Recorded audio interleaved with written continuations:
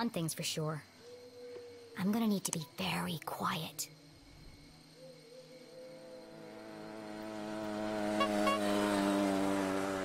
What the hell?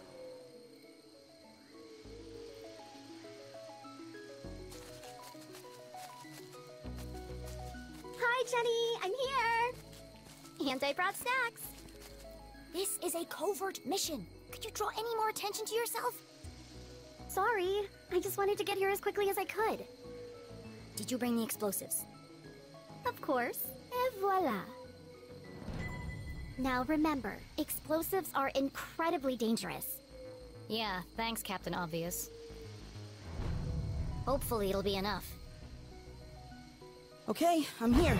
What's the big emergency, Susie?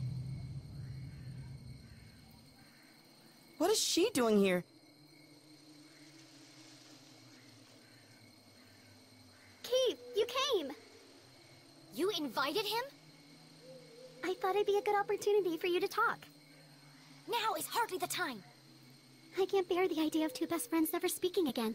It's too sad. What's wrong with you? I should go. No, Keith, wait. There was so much she wanted to say. But she had ruined the Dean's funeral, embarrassed Keith in front of the whole town. Worse, she hadn't been there for him in his hour of need. She wanted to tell him all about the Dean's ring, the man in black, and the mysterious room buried in the forest. But none of it would bring his father back. Sometimes the right thing to say was also the hardest.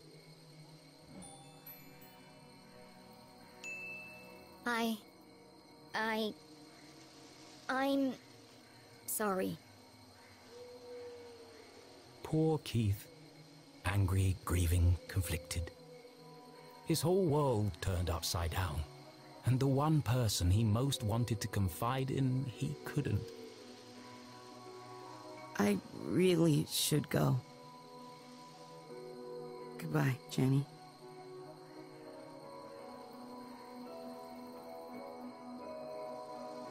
Well, that didn't go exactly as I planned. Are you okay, Jenny?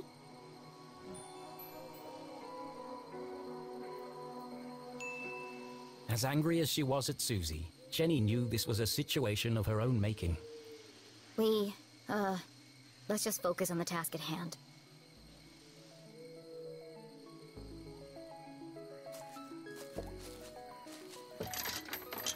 Ugh, locked. I'll have to break in.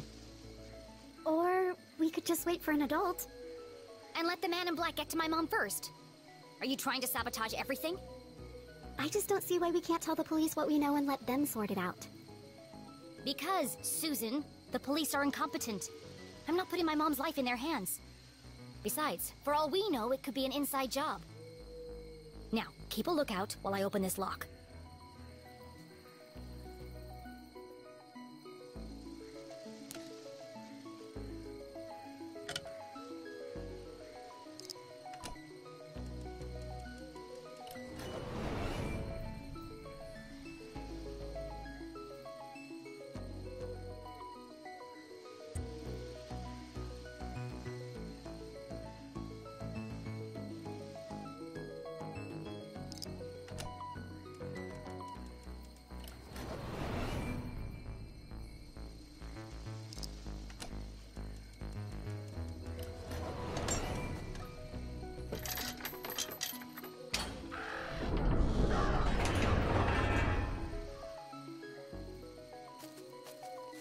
Are you coming, Susie?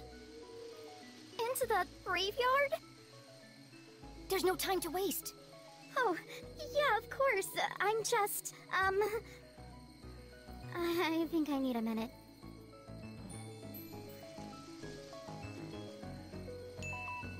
Why don't you wait here and keep a lookout? I'll go on ahead. I've got the radio if I need your help. That sounds like a great plan. Thanks. Radio me if you see anything suspicious. Especially if you see a man in black carrying a briefcase and a blue umbrella. Briefcase, umbrella, got it. Lock the gate behind me so no one suspects anything. And keep out of sight. Here, don't forget the explosives. Jenny had broken in undetected. Now she had to find the secret passage that led to the jail. I just need to follow the clues from the photograph. I'm coming for you, Mom.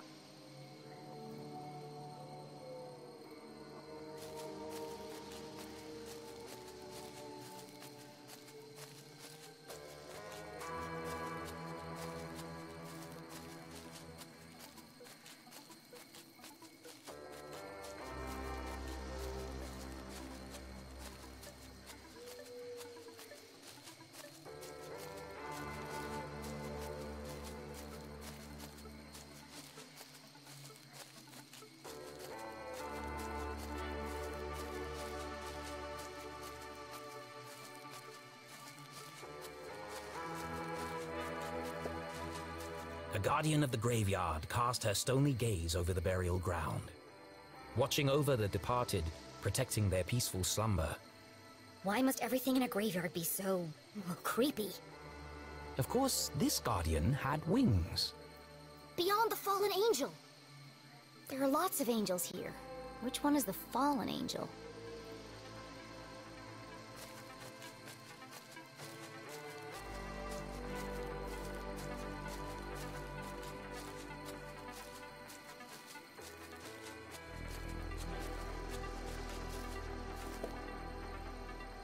The Strasberry Mausoleum. Amongst the fresh flowers was a note. Beloved father, educator, and botanist, your memory will forever blossom in our hearts. Don't worry, Mr. Strasberry. I won't rest until I've found your real killer.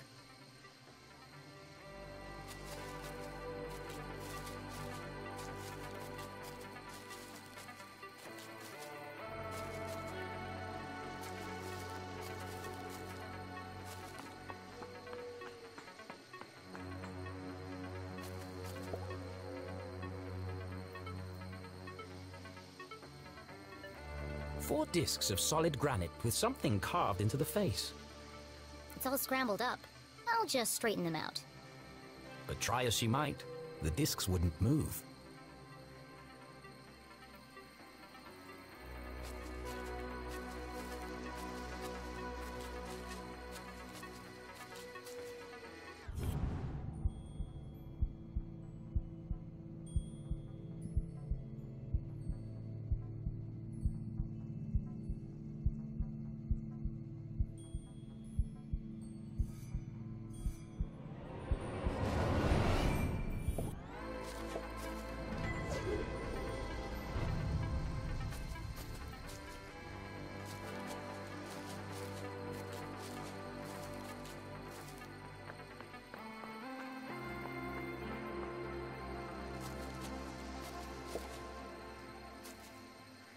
Hey, Dad. I can't stay long. Mom's in trouble, and, well...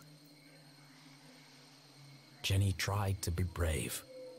But the past few days had taken their toll on our hero, and finally, it all poured out. Everything's falling apart.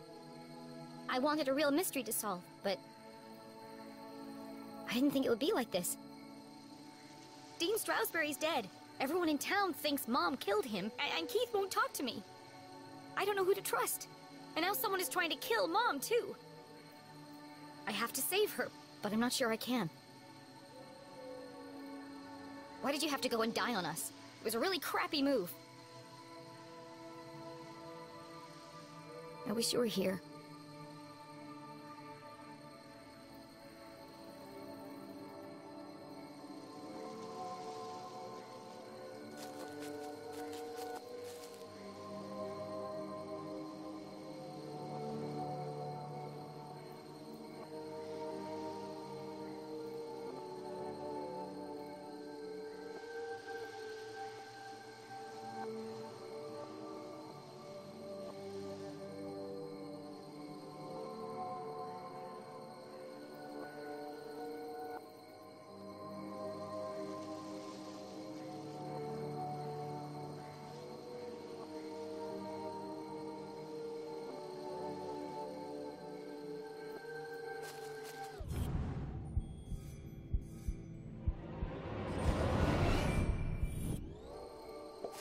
That sword looks like it might move.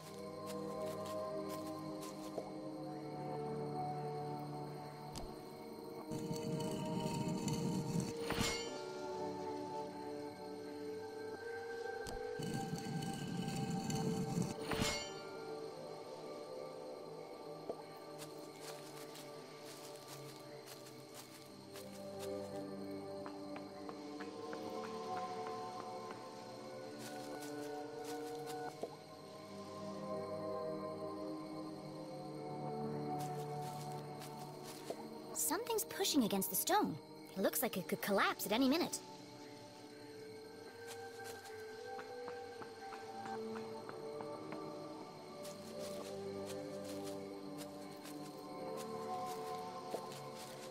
Here lie the earliest settlers of Arthurton. They kick-started our great town's growth and prosperity.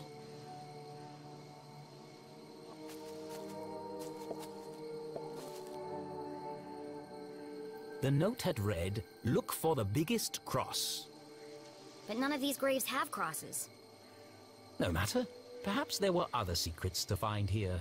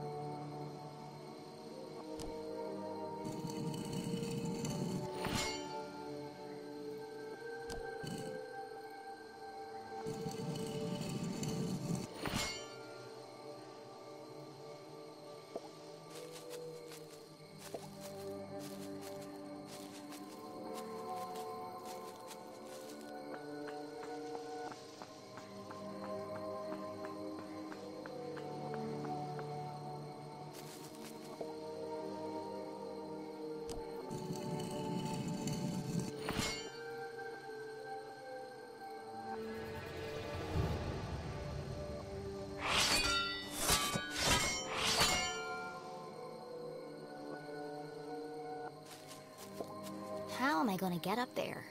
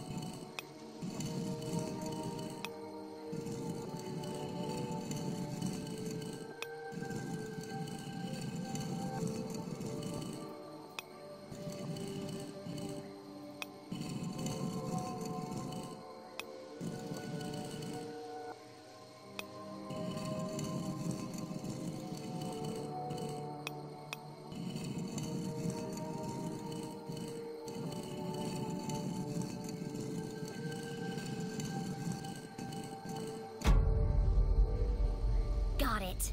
Some days you just feel super smart. Jenny studied the stone discs, now perfectly aligned. It's the face of a badger. That's unusual.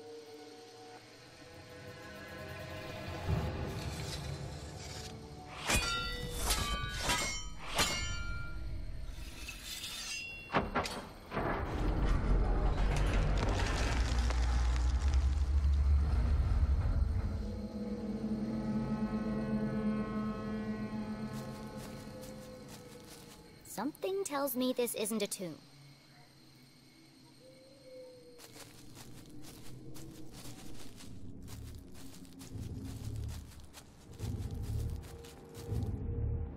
If the huge coiling wires hadn't made it clear, the hulking metallic shell certainly did. This isn't a tunnel. It's the entrance to another laboratory, just like the one in the forest. How many of these are there? The presence of such unusual and foreign objects in Arthurton begged even bigger questions. Who put them here, and for what purpose? It seemed to Jenny as if the graveyard itself had been built around the sphere. A perfect hiding place. If something this conspicuous could be so easily concealed... What else is Arthurton hiding?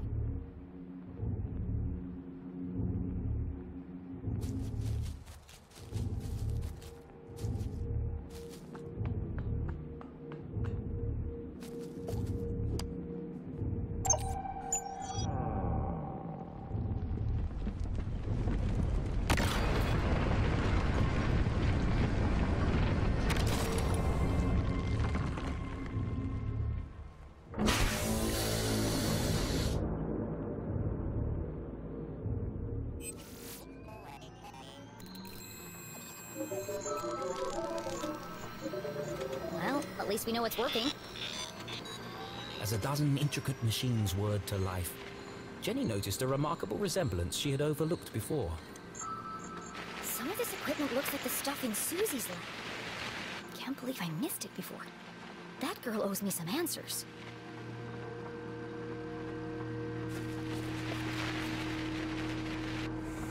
Another radio. Maybe these are used to communicate between laboratories. It was a hunch, but if it were true... Whoever's transmitting the message could be in another sphere somewhere in town.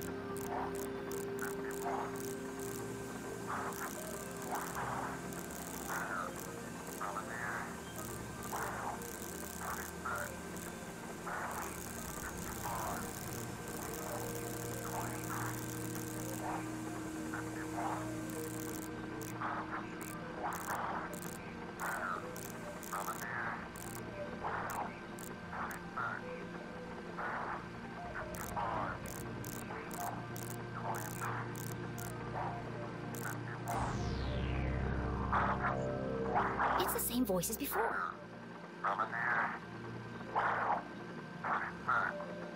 This code was different from the last. Just as strange, though. Jenny carefully transcribed the words into her journal. Let's see what the hawk and the weasel have to say about this.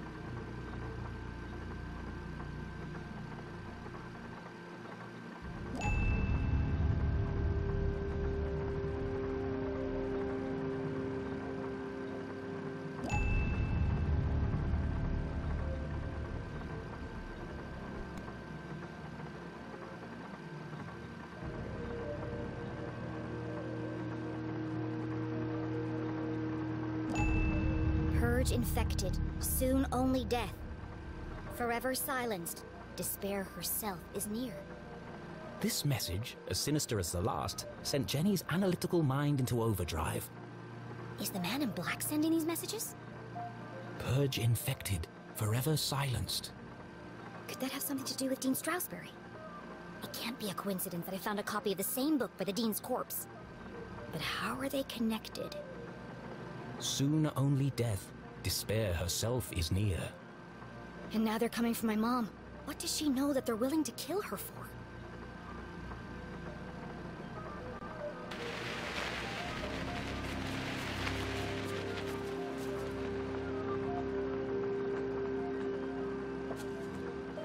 This contraption was new to Jenny, but something about it caught her eye.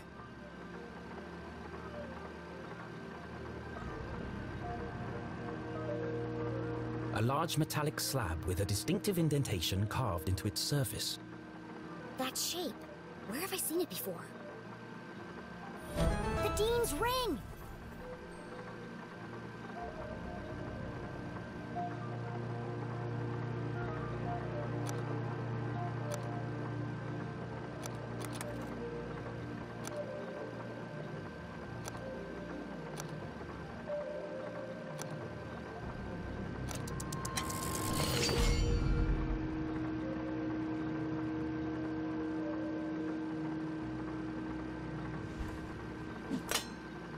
It fits.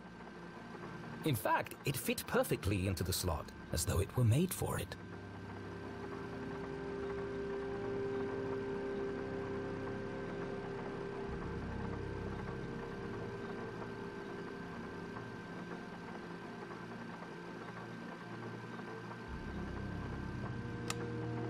Doesn't seem to be working. Probably just a loose connection somewhere.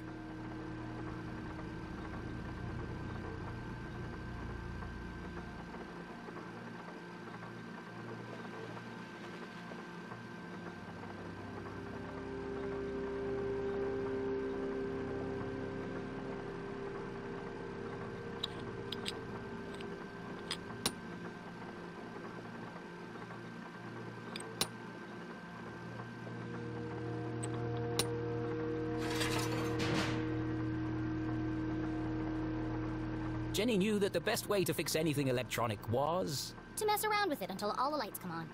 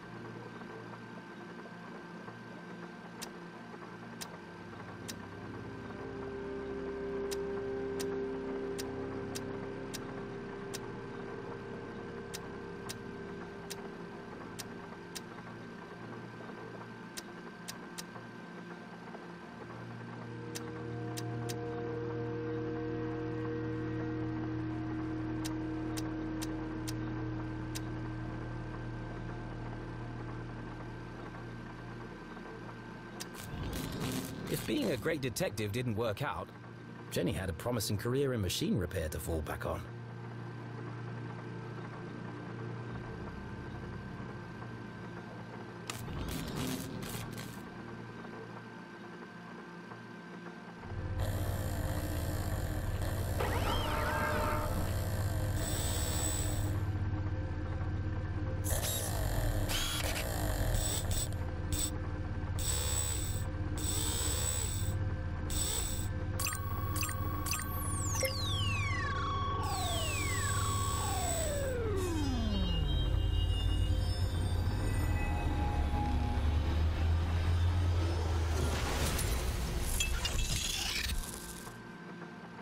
Lost an eye. The machine's true application would remain a mystery, for now. But whatever its purpose, the implications were overwhelming. Dean Stroudsbury is somehow connected to this place. Had the Dean been aware of the secret hiding within his ring? Whether he knew or not, it's likely he was killed because of it.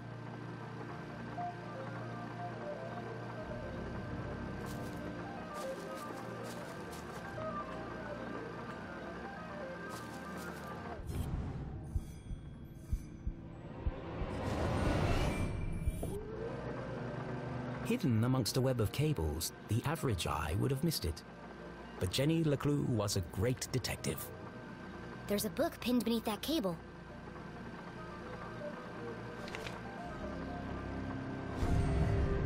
Confidential. The word was music to Jenny's ears.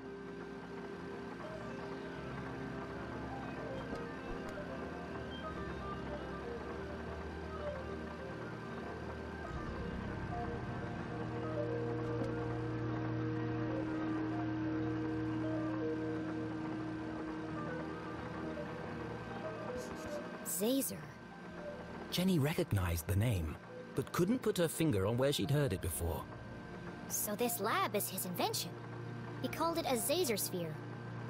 Well, at least I've got a name.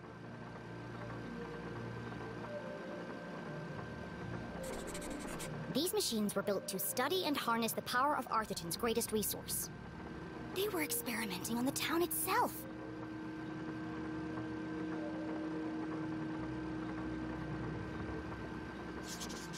The Council of Three. Never heard of them. Sounds like he didn't know who they were either. But they paid for all of this?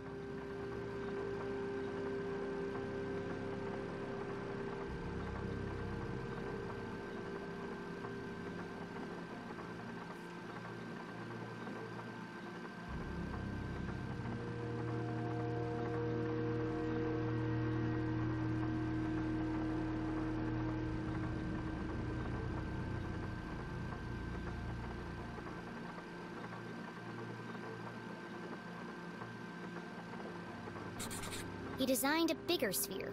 Bigger than this? Did he ever build it? And if he did, where?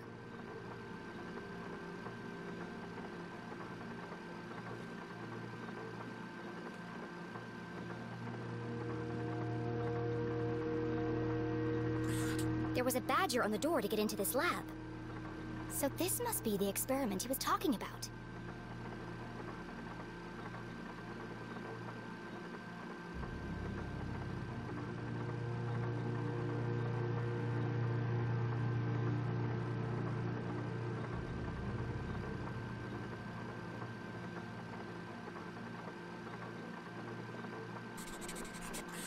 Exhaustion, rushed schedule, dangerous conditions.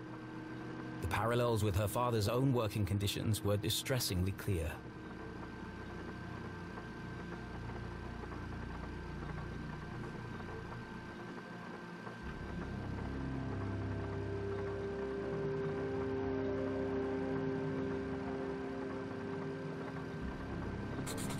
All dead. All my fault. The words echoed across the metal walls, ghosts of a past tragedy. What did he do? It must have been terrible.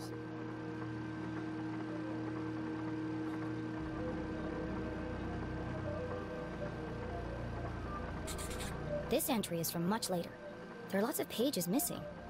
It seems that whatever happened before, he carried on his work long after. As is the case in all tangled mysteries, Every new piece of evidence raised more questions than it answered. But she now knew the purpose of this Caesar sphere and the name of the people who had built it. The Council of Three. It wasn't much to go on, but it was a start.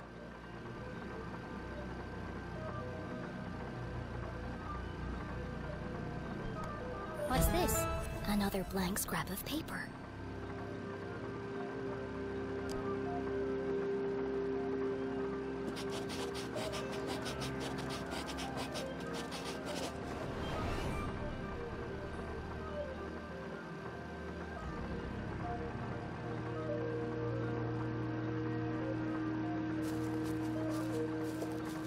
Please enter authorization code to begin. 1028. Code accepted. System authorized and armed for activation.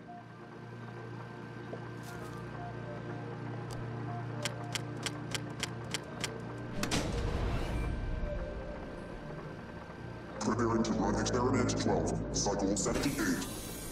Sphere hermetically sealed. Magnetic transducer coils charging. Accumulating voltaic cells. Commencing experiment 12-91.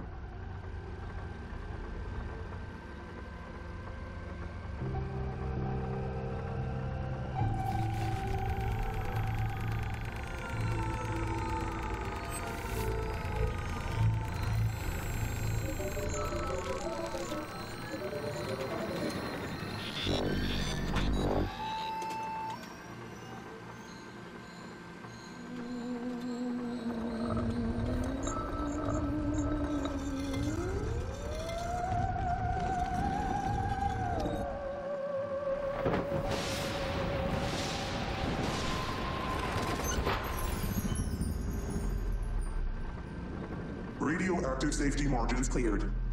Procedure 12 completed successfully. Decompressing spherical chamber. Remember, a healthy employee is an effective employee. Please leave the station for your mandatory 15-minute smoking break.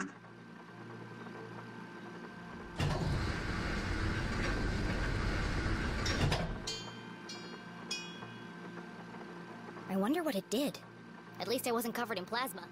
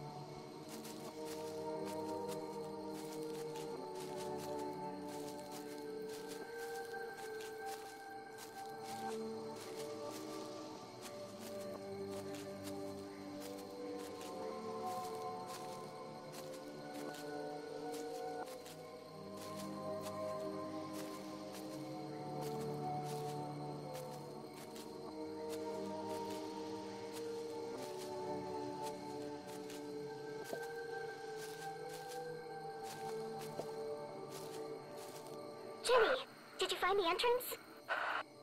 Not yet. Jenny was hesitant to share her discovery, but Susie might have vital information.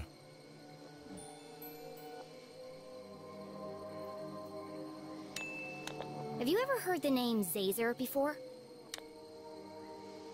Professor Caesar? Yes, he was a famous scientist. There's even a statue of him in Avocado Park. That's where I've seen his name before. He worked for my family's company, but that was a long time ago. He led the research and development team. At least he did, until... Until what? It's quite sad, actually. He went mad from mercury poisoning. He had to be institutionalized. They said he was a danger to himself and others. Why do you want to know about him?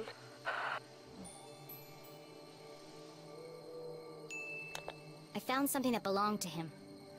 Oh, wow! In the graveyard? Is it one of his crazy inventions? Something like that. I have to go. Keep out of sight and let me know if you see anyone. I will. Good luck, Jenny.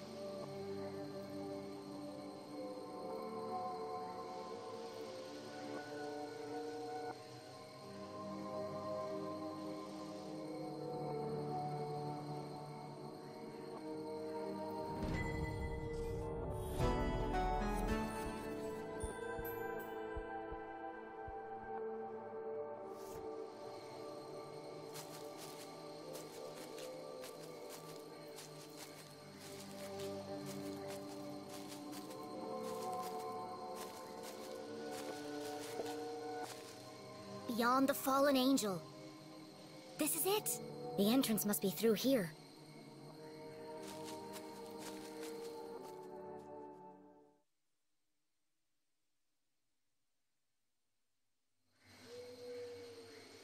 Another coded message in another hidden laboratory. A secret tunnel under the graveyard. How long had these things been in Arthurton? Who was responsible for them? And how was all this connected to the Dean's murder?